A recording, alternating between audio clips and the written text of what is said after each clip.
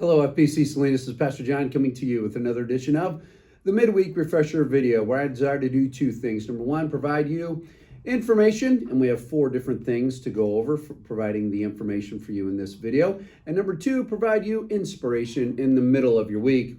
Certainly hope your week is going well, and if not, I'm going to tell you this, take a look outside. It's gorgeous, and then on top of that, our good Lord is still with us. He loves us, and He will walk with us through whatever comes our way. All right. So, hey, here we go. Four things. Number one, this Saturday, Closer Walk, Chinatown. That's happening. So meet here at 3 o'clock.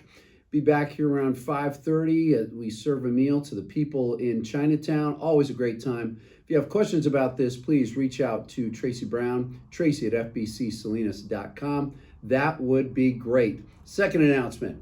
This upcoming Sunday, September 22nd, Gabe and April Carrillo will be here. They are missionaries that this church has supported for an awfully long time.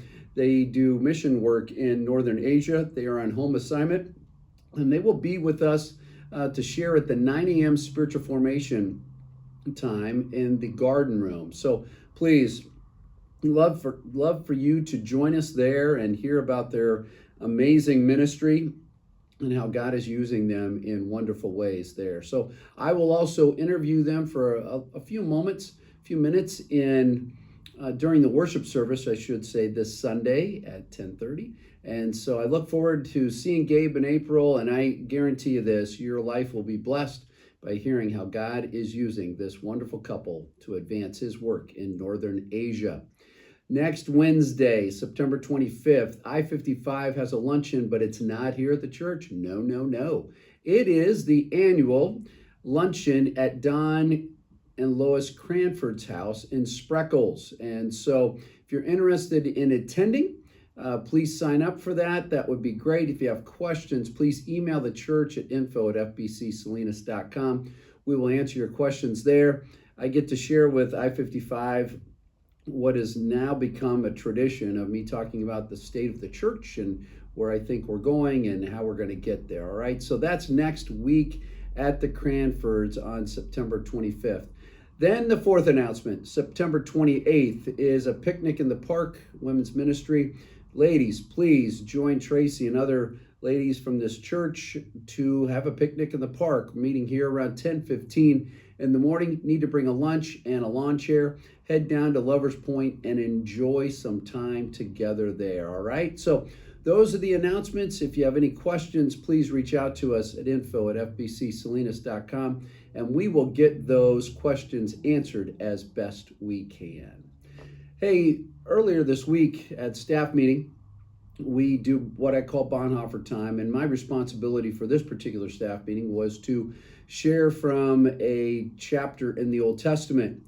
Judges happens to be probably my favorite book in the Old Testament. It might be Psalms, but Judges is up there. I mean, the stories in Judges are fantastic. And so reading out of Judges chapter 16 to the team, and Judges 16 concerns Samson and Delilah, that faithful story. And as I was reading it, I kept sitting there. As I was reading it, I thought, this guy is something else. And I've concluded that Samson is the ultimate anti-hero in the Bible. I mean, he does everything wrong. He doesn't do anything that you sit there going, man, I want to model my life after Samson. He had a lust issue, he had a gluttony issue, he had a pride issue. He had all these different issues, and it was crazy. Yet, God did some heroic things through his life. And what hit me as I was reading it this morning, as we come to the end of his life, is something that he says, and it really sort of piqued an interest in me. And I'll just pick it up at verse 22. It says this: Now the lords of the Philistines gathered to offer a great sacrifice to Dagon, their god, and to rejoice. And they said, Our God has given Samson, our enemy, into our hand. And when the people saw him, they praised their God, for they said, Our God has given our enemy into our hand, the ravager of our country, who has killed many of us. Samson had a reputation. When he showed up, things were going to happen. Destruction was going to happen, and things were going to change. So the people are rejoicing that he's no longer going to be able to do that. Verse 25, and when their hearers were merry, they said, call Samson that he may entertain us. So they called Samson out of the prison. He entertained them. They made him stand between the pillars.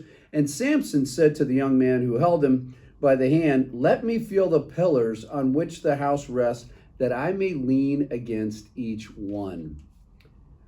Now the house was full of men and women. All the lords of the Philistines were there. And on the roof there were about 3,000 men and women who looked on while Samson entertained. And here's what's interesting. Listen carefully to what Samson says here. Then Samson called to Yahweh and said, O Lord God, please remember me. Good. That's a great prayer, isn't it? We want to be remembered by God. And he does remember us. He knows all about us. He's there with us even when things are not good. And then he says this, and please strengthen me only this once, O God. So he's asking for strength. Makes sense. When we're going through difficult times in life, we need strength. And Samson says, strengthen me this once. And here's the reason. That I may be avenged on the Philistines for my own 2 eyes. What?